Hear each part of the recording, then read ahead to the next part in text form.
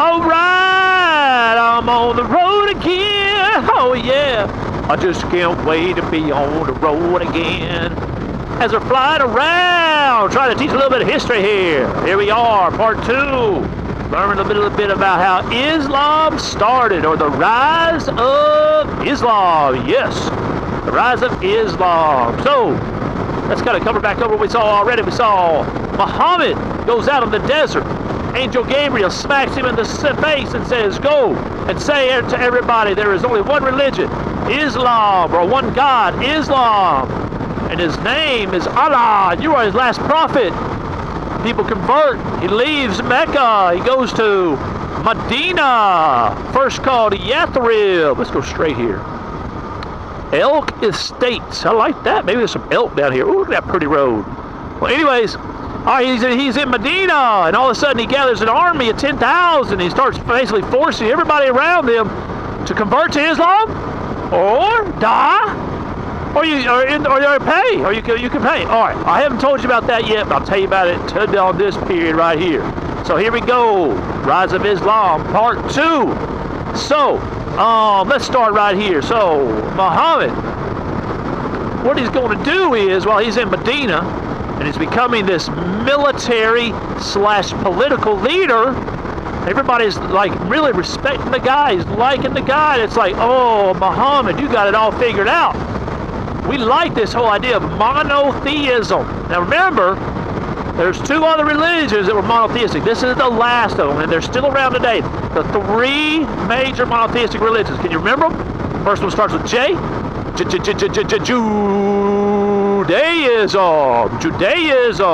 Second one starts with a C. Starts with a C. Christianity. And then you have, oh, look at here, I found a little place on the river.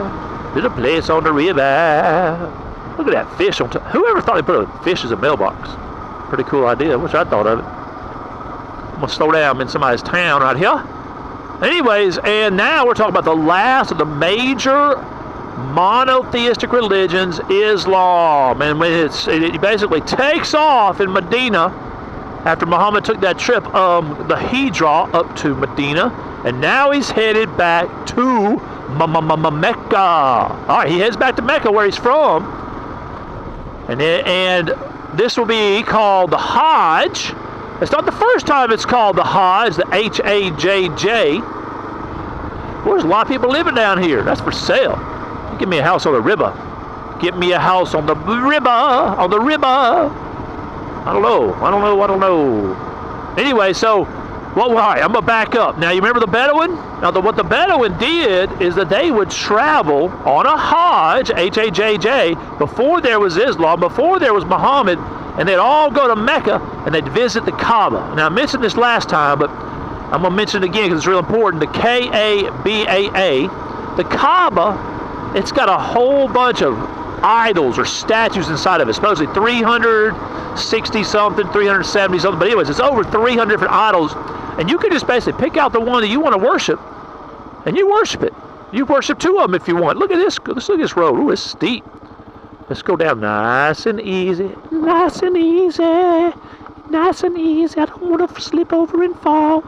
So we're going to slide up this mountain. Look at that. Oh, yeah. Sliding up the mountain. All right. So anyways, these Bedouin, remember, it's before Muhammad, they would visit the Kaaba on the Hajj, and they would bring, when they did this, they would bring money with them and the stuff they want to trade, their goats and their, whatever they had, whatever you get out in the desert. I don't know what you get out in the desert. I really don't. Probably their goats, a lot of goats. I imagine there was a lot of goats, so I'm going to stick with that, a lot of goats. Oh, is that a dirt road? Well, where's somebody's house?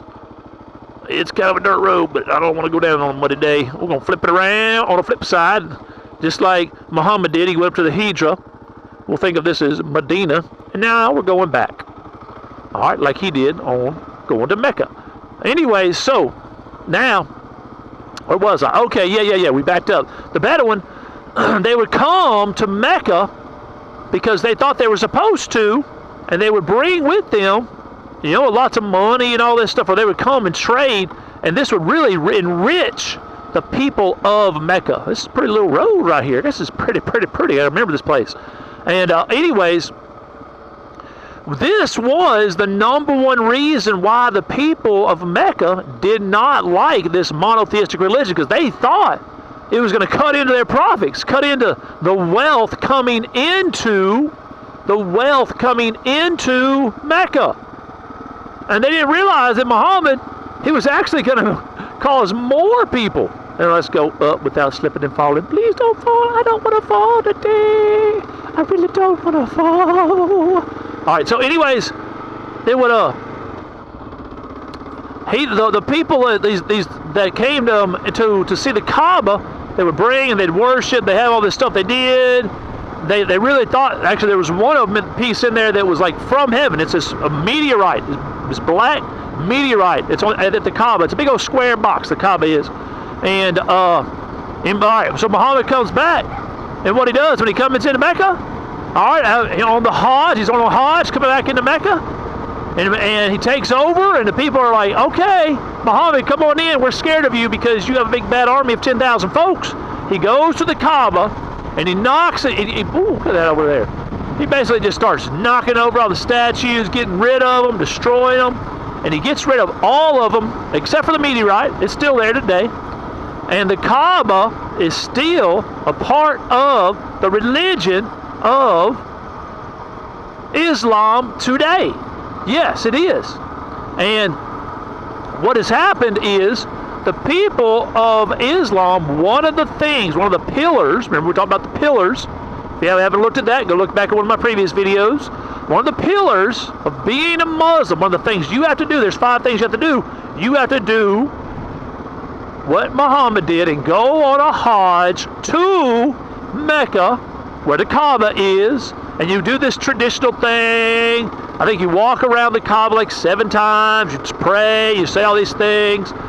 And anyways, that's what they did. They came back into Mecca and made it the holy city, or the place where Islam will begin to thrive at its greatest, out of the central hub of Islam. It even got it became such a big deal. Let's go this road over here. It was such a big deal, or before this, Muslims, they were required to face their holy city to pray before the holy city was Mecca. Anybody guess what that is? Starts with a J. It's very similar to Judaism. I think some of y'all know it. They used to have to face Jerusalem. Well, they didn't have to do that no more. They have to now, when they pray, they got to face their holy city of Mecca. So, but Jerusalem's still important to them. It just shows that Mecca is that much more important. All right, so where am I? Mecca is the holy city. All right, now things are going good for the Muslims. They kind of got the area to themselves. Christians and Jews are not really in this area that much. A lot of them, what would happen is, since Muhammad used this sword to basically spread Islam, what he basically began to do is this.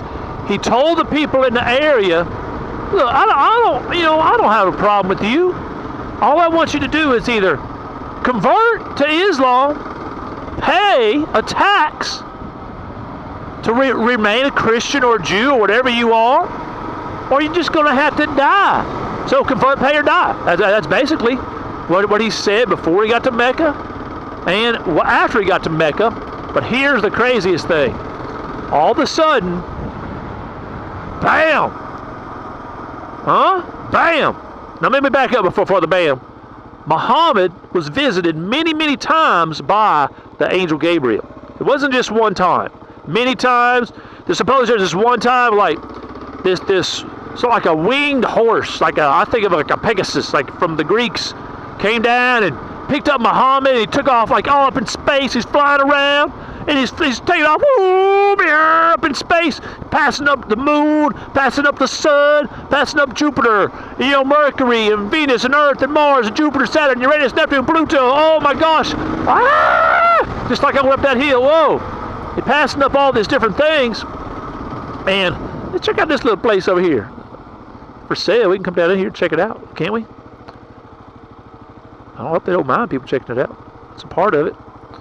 Anyways, they look at that. The Tennessee River and a mountain man. We get together anytime we can. Kind of pretty, kind of shallow though. Anyways, that's just one of the things that he did. And what will happen later on is, after Muhammad dies, his followers are going to, man, that's a burnt down trailer right there. It's probably a nice trailer one day and it burned up. Probably had some type of bad thing going on there that burned up, burned down to the ground. Anyways, so Muhammad, where was I? Yeah, he would come back and he would say all these things. After he saw the angel Gabriel and his followers, or his disciples, that's a good way to put it. Like Jesus had disciples, Muhammad had disciples too. I don't know of a number, or there may be a number. Who knows? I don't know. Anyways, Muhammad, after he says all this stuff, the people that follow him, see, Muhammad, I've heard that he couldn't read and write. I don't believe that, because he was a merchant. You know, he was a salesman, and I'm thinking he'd have to record it down somewhere, unless he had folks following him around all the time. And he wasn't a big shot all the time.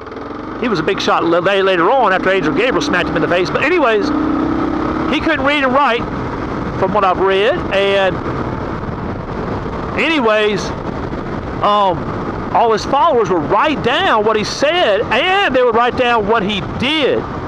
What he said and what he did. So what he said went into the book, their holy book, called the Quran. And the Quran is spelled two different ways. One way it starts with a Q, Quran, Q-U-R-A-N. The other one spelled with a K, K-O-R-A-N. So Quran or Koran with a K, either way, it don't matter. Either way is important. All right, you need to know both of them. All right, so the Quran's written down, and then I said, look, he also wrote down what he did, and that's what's called the Sunnah, S-U-N-N-A. He wrote down the Sunnah. And when they did that, this gave every Muslim, you know, they knew what to do now. They knew how to be a good Muslim. They knew what to do. They just had to follow the Quran and the Sunnah, and this is what they do today. They follow the Quran and the Sunnah today, all the way up to today. All right? All right, so here we go. All of a sudden, they're back in Mecca. They're back in Mecca. Things are going good. Mecca's the holy city, and then, bam! Muhammad dies. Oh my goodness, Muhammad is dead. And this is where it gets all crazy, because they had no plan. Look at the little birds. Look at the bird, fly birds, fly. Woo, fly birds, fly, fly away, just like Muhammad died. And people didn't know what to do. And guess what happens? Chaos. And I think we'll leave it right there. Or no, I'll tell you more. I got a couple minutes here or so, or whatever. No, I gotta stop here. I gotta stop. Only got 2 minutes. Hope you enjoyed part 2 of Islam, learning about a little history. Learning about some history with me on my bicycle or my motorcycle, whatever you want to call it. I'm on the road again, and I'm about to have to be out of here. You see, my friend, I'm running out of time. It's 4:59. I'll see you on the flip side again. All right, y'all. We will see y'all next time. History on 2 Wheels. We're out of here. Don't forget to be amazing.